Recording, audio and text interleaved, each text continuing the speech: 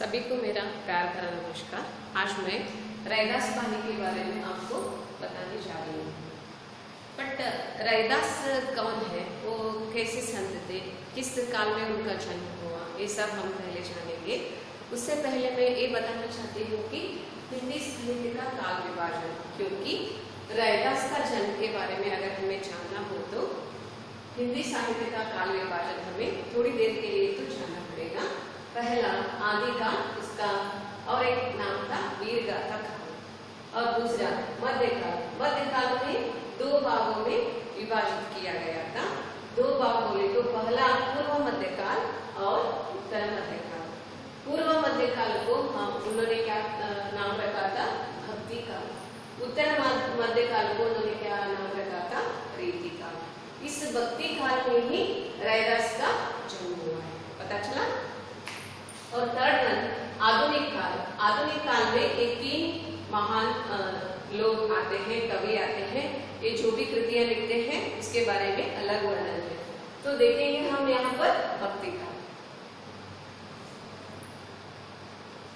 भक्ति काल के कवि मुख्यतः दो धाराओं में, धारा बोले तो पाठ, दो धाराओं में विभाजित है। उसमें पहला वन निर्गुण धारा। निर्गुण बोले तो जिसका गुण, आकार, रंग, रूप नहीं है, उसको निर्गुण कहते हैं।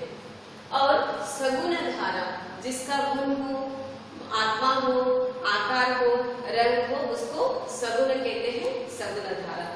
निर्गुण धारा में और दो का विभाजन हम करते हैं। पहला ज्ञानाश्रयी शाखा। ज्ञानाश्रयी शाखा पहला वन। दूसरा प्रेमाश्रयी शाखा। ज्ञानाश्रयी शाखा में संत लोग आते हैं। प्रेमाश्रयी शाखा में सूफी संत आते हैं।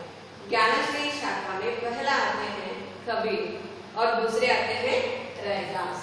पता चला आपको। और यहाँ पर सगुण धारा में राम भक्ति शाखा, कृष्ण भक्ति शाखा। राम भक्ति शाखा में पहले आते हैं तुलसीदास और आदि। कृष्ण भक्ति शाखा में पहले आते हैं सूरदास आदि।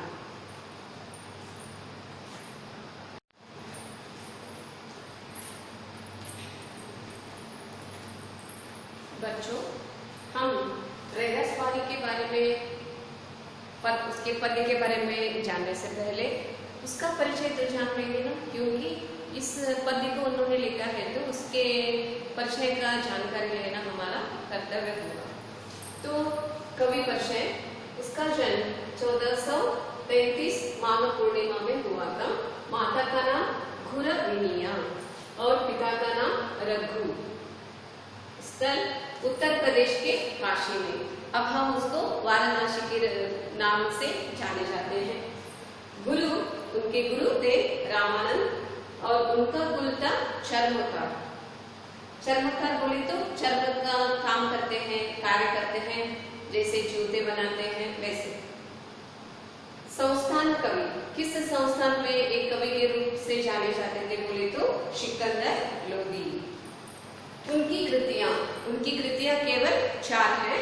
पहला वन कबीरदास के पद और दूसरा वन नारद भक्ति सूत्र और थर्ड वन रवि की वाणी। 3 है, 4 नहीं 3 है। ये सभी उनकी कृतियों के बारे में हुआ। उनकी मृत्यु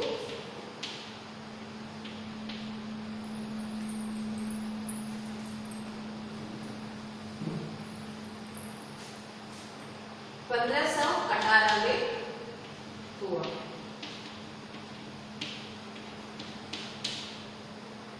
ये रैदास जी भक्ति काल के प्रमुख संतों में बहुत इनका स्थान अमोघ है, अपूर्व है, ऊंचा है, क्योंकि इनकी कृतियों में, इनकी वाणी में समाज सुधारक की भावना और मनुष्य का प्रेम और इनकी भक्ति भावना भरपूर ऐसी भरी हुई है कि कितने न जाने कितने लोग इनके अनुयायी बन गए, शिष्य बन गए, क्योंकि इनकी वाणी में ऐसी शक्ति थी, ऐसी सत्यता था, ताकि वो हर एक व्यक्ति को समान रूप से, प्रेम से या करुणा से, मानवीयता से देखते थे। इसलिए उनकी वाणी अभी तक आज भी शाश्वत हम देखते हैं।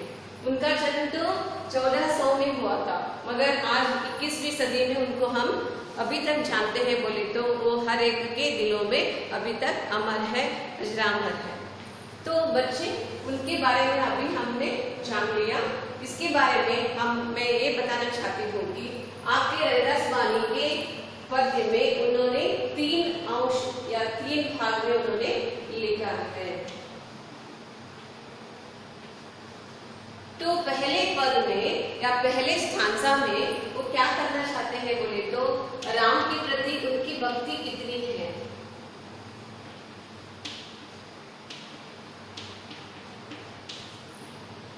राम के प्रति उनकी भक्ति भावना। दूसरे पद में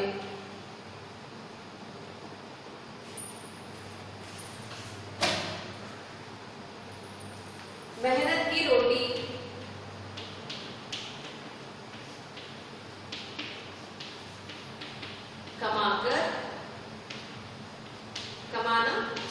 कमाने के लिए बताते हैं।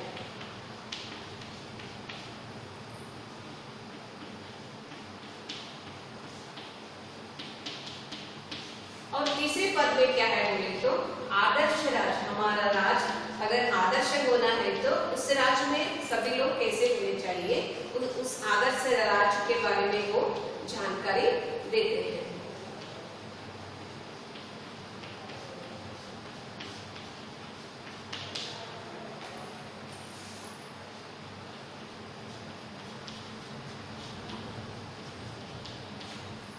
तो बच्चे आपके मनोरंजन के लिए मैं एक विशेष रीति से आपको एक बताना चाहती हूँ कि अगर इस दोहे को हम राग के साथ या गाएंगे तो इतना अच्छा लगेगा कि बहुत ही अच्छा लगेगा। इसलिए आप सुनिए तो मैं गाती हूँ।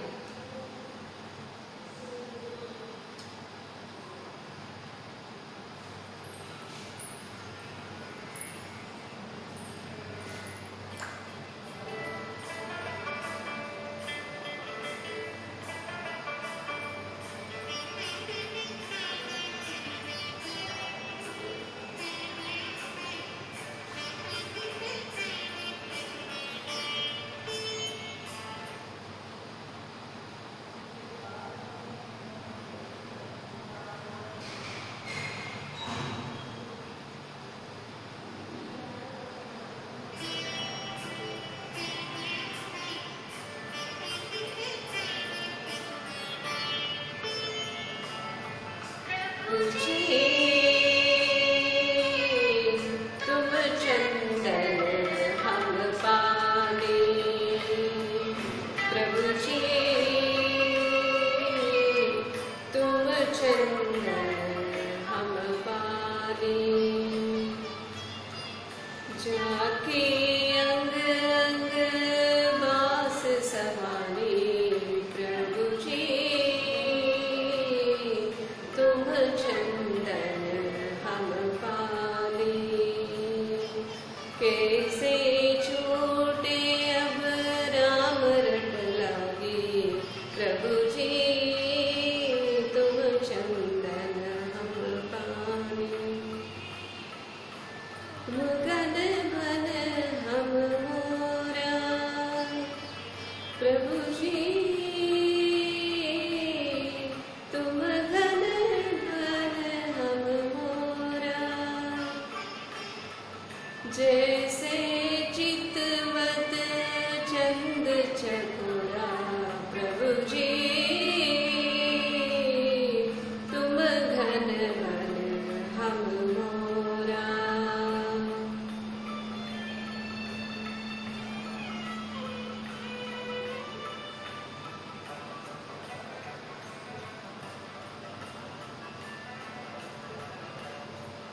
प्रभु जी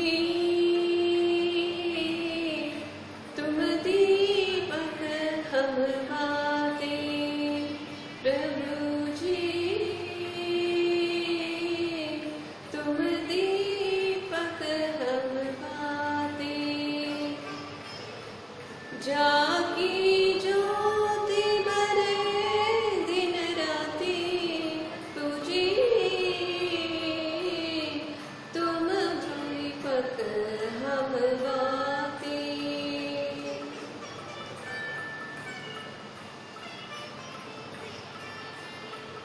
प्रभु प्रभु जी तुम मोती हम धागा, प्रभु जी तुम मोती हम धागा, जैसे चितमत कर सुहागा, प्रभु जी तुम मोती हम धागा।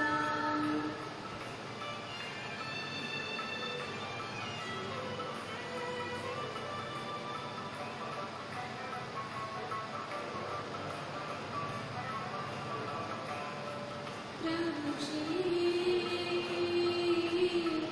तुम स्वामी हम दासा, प्रभु जी तुम स्वामी हम दासा, ऐसी भक्ति करे दासा, प्रभु जी तुम स्वामी हम दासा, प्रभु जी तुम स्वामी हम दासा। थैंक यू बच्चों, आपको अच्छा लगा होगा या मनोरंजन भी हुआ होगा। तो मैं आगे बढ़ती हूँ कि उनके जो 3 स्टांजा थे, पहले स्टांजा में वो अपने भगवान राम के प्रति वो कितना अनन्य प्रेम रखते हैं और उनसे इतने अनुरक्त हैं कि उनसे दूर होना भी या दूर होने का सोचना भी उनके लिए बहुत दुस्तर हो रहा है। इसलिए पहले स्टांजा में लिखकर बताती हूँ आपकी, उस स्टांजा में उन्होंने अपने अगाढ़ प्रेम को किस तरह अपने राम भक्ति के प्रति, राम के प्रति उन्होंने बताया है, दर्शाया है।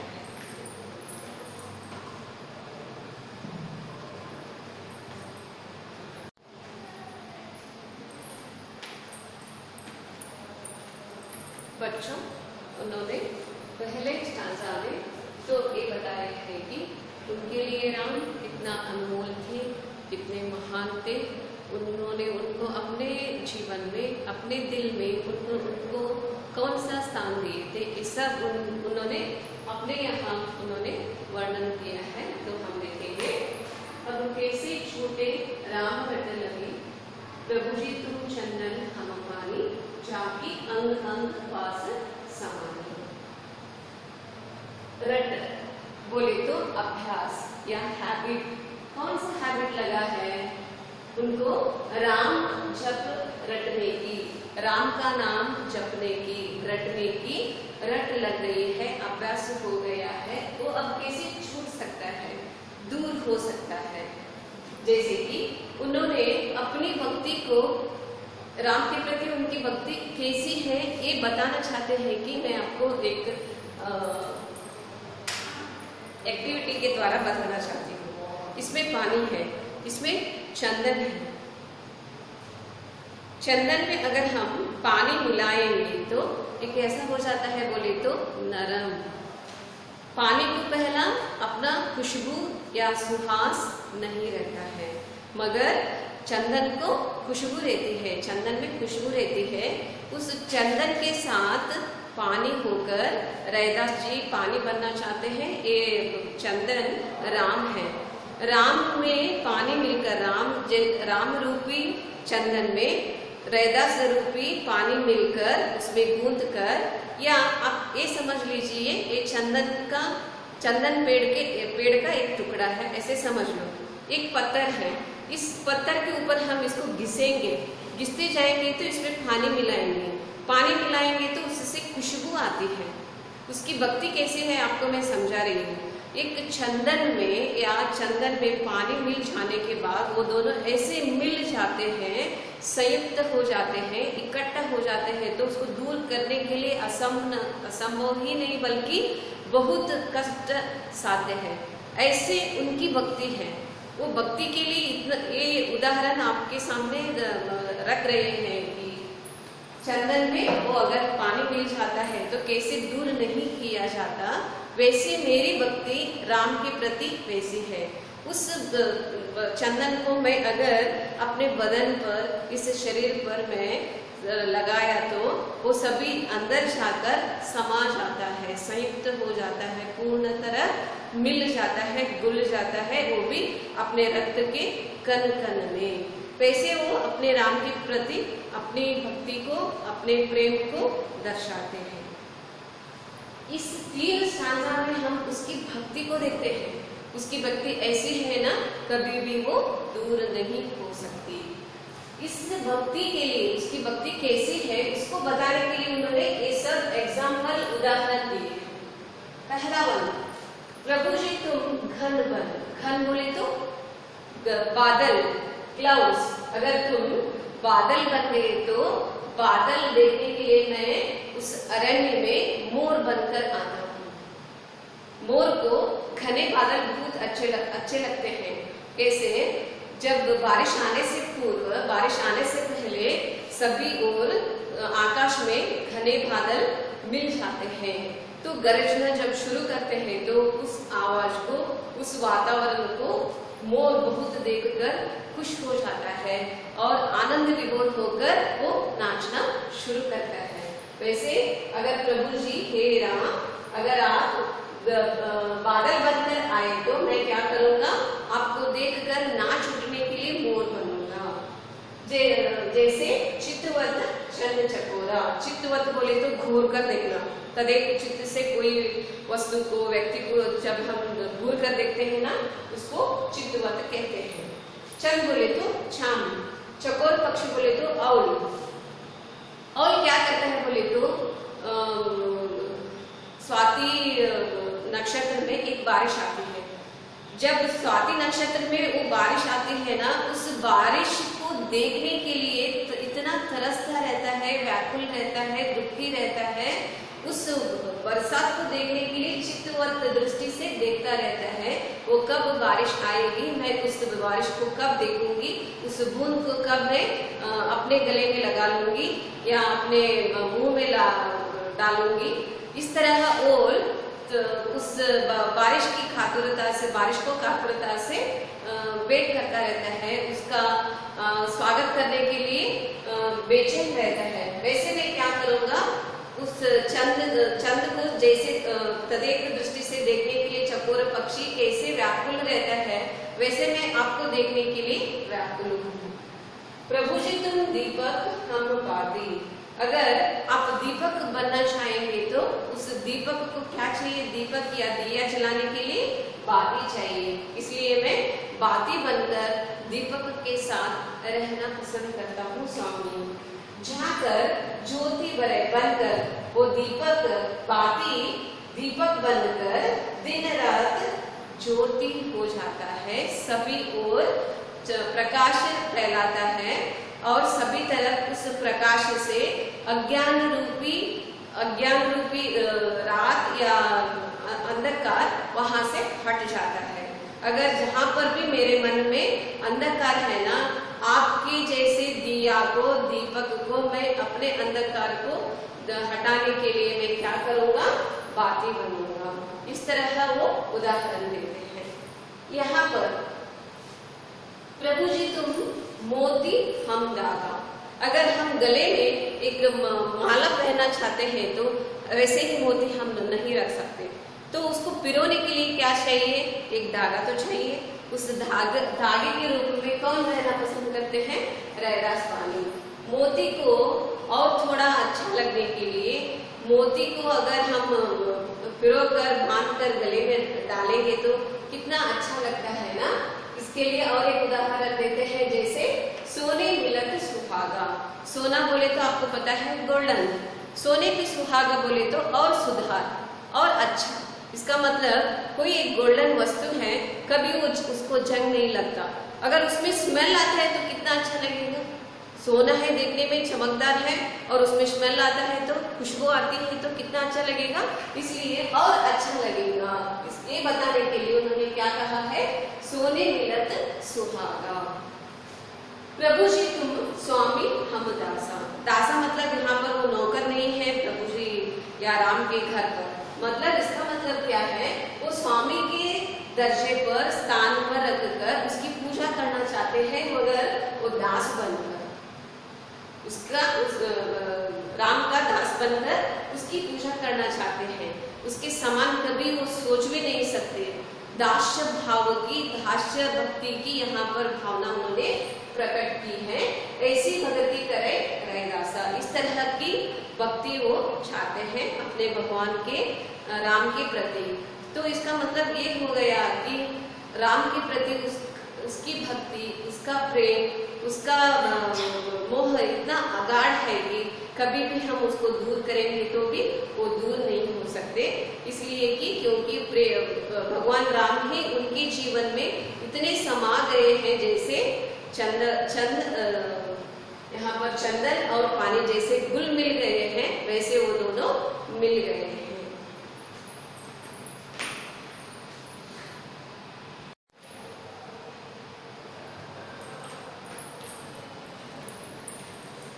बच्चों, अब रैदास पानी में हम देखेंगे दूसरा स्टांजा। दूसरी स्टांजा में वो कहते हैं कि मेहनत की रोटी से ही या मेहनत की कमाई से ही हमारा जीवन अच्छा बन सकता है, हम उद्धार हो सकते हैं, श्रेष्ठ बन सकते हैं। क्योंकि अगर हम पसीना बहाकर कुछ कमाएंगे तो ही उसका वैल्यू, उसकी महानता हमें पता चलता है। अगर बिना श्रम से कुछ हम खाएंगे तो हमें पता ही नहीं चलता है कि उसका वैल्यू कितना है। उसको रखने से या दूर होने से हमें फर्क नहीं पड़ता। बट यहाँ पर रैदास जी कहते हैं कि रैदास श्रम करी काई ही, श्रम करके, करी बोले तो करके, रैदास जी बोलते हैं श्रम करके, कार्य करके, काम करके, कार्य करके ही खाइए। काई ही बोले तो खाइए। जो लो जब तक, जो लो बोले तो जब तक, पार बसाई जीवन निर्वाह करना, जिंदगी बिताना, जीवन चलाना, जब तक इस तरह श्रम करके अपना जीवन नहीं बिताते, इस तरह श्रम उठाकर, परिश्रम करके, हार्ड वर्क करके, दिन रात एक करके जब तक हम अपना जीवन नहीं निर्वाह करते, वो नेक कमाई जो करनी।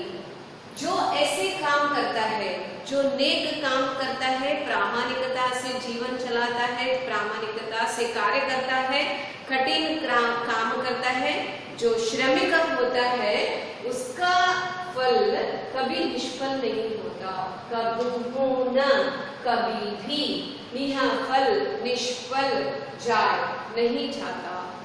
जो काम करता है कभी ना कभी उसका फल मिल ही जाता है। फॉर एग्जाम्पल, अगर आप मन लगाकर, दिल लगाकर पढ़ेंगे तो आपका रिजल्ट कैसा होगा? अच्छा नहीं होगा। वैसे ही यहाँ पर अगर हम अपने जीवन की श्रेष्ठता के लिए, अगर हम अपने जीवन में आगे बढ़ना चाहते हैं, कुछ कमाना चाहते हैं, कुछ करना चाहते हैं, सबसे ज्यादा ऊंचे हुद्दे पर जाना चाहते हैं, ऊंचे दर्जे पर रहना चाहते हैं, तो ये मन में रखिए कि हमेशा हमें श्रम करना पड़ेगा, वो भी कठिन परिश्रम। कठिन परिश्रम से न जाने आपके मन में भी बहुत सारे लोगों का नाम है। फॉर एग्जाम्पल सचिन तेंदुलकर, धोनी और बहुत सारे, न जाने आज जो प्रेजेंट प्लेयर्स के बारे में मैं आपको बता रही हूँ। न जाने कितने लोग हैं, वो सभी अपने 24 आवर्स को, 24 घंटे में ही इतना श्रम करते हैं, किए हैं, इसलिए उनका नाम हर एक के दिलों में अभी तक अमर है ना। तो वैसे ही आपके मम्मा और आपके पापा या आपके पेरेंट्स ये चाहते हैं कि मेरी बेटी या मेरा बेटा दिन रात एक करके काम करे, अभ्यास करे और आगे बढ़े। मुझे बहुत अभिमान होगा कि मैंने इस बच्चे को जन्म दिया है। इसलिए आप सभी ये मन में रखिए कि अगर मुझे भगवान ने जन्म दिया है तो इस जगत में, इस जगत की उद्धार के लिए, इस जगत के कल्याण के लिए मुझे तो कुछ करना पड़ेगा। अगर आप स्टूडेंट के जीवन में रह रहे हैं तो आपका कर्तव्य बनता है कि इस स्टूडेंट लाइफ में आगे बढ़ने के लिए तो आपको कुछ करना ही पड़ेगा। वो है अभ्यास। हमेशा आप अभ्यास के बारे में चिंतन करेंगे, मंथन करेंगे, सोचेंगे, दिन में भी सोचेंगे, रात में भी सोचेंगे, तो ये बहुत पक्का है कि आप आगे बढ़ ही सकते हैं। जैसे कि आप श्रम किए हैं तो उसका उसका फल कभी निष्फल नहीं जाता। इसलिए रैदास ने अपने इस दूसरे स्टांजा से हमें ये बताते हैं कि कठिन परिश्रम से ही एक व्यक्ति का महानता बनता है, एक व्यक्ति नाम कमा सकता है, एक व्यक्ति कीर्ति कमा सकता है। अगर वो बिना कार्य से, बिना परिश्रम से, बिना काम से कुछ करता है तो ये मत सोचिए कि वो कभी भी आगे नहीं बढ़ सकता। इसलिए कितने लोगों को हम आज भी देखते हैं कि कितने लोग भिक्षुक हैं, भिखमंगे हैं, हर एक गली में घूमते फिरते रहते हैं, मगर उसके मन में एक भाव नहीं आता है कि मुझ में भी शक्ति है, मुझे कुछ कमाना है, कुछ कार्य करना है। इसलिए आप कभी भी ऐसे मत सोचो कि बैठकर कुछ करेंगे तो कभी नहीं हो सकता है। इसलिए हमेशा कार्य करते आगे बढ़ना चाहिए।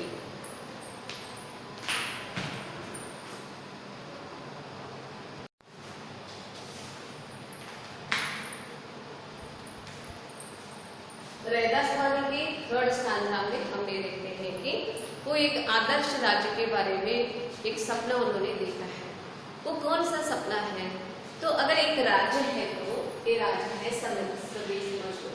इस राज्य में हमेशा हम ये देखते हैं कि चार हमेशा वहाँ पर वर्ग होते हैं।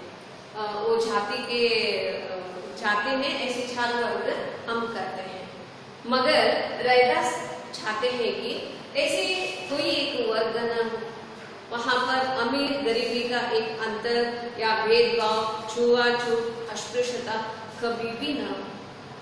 वो चाहते हैं कि इस राज्य में रहने वाले लोग सभी लोगों को मूलभूत आवश्यकताओं में जो आने वाले हैं, मकान और रोटी और कपड़ा और पानी, ये सभी को समान रूप से मिले, चाहे वो अमीर हो चाहे वो गरीब हो। और उनके अंदर, उनके बीच में हमेशा भाईचारा रहे, एक दूसरे के प्रति प्रेम रहे, एक दूसरे के प्रति सदाचार रहे, एक दूसरे के प्रति उनके अनानुकूल में अनुकूल बनने के लिए उनकी मनोभावना, मनोदशा रहे।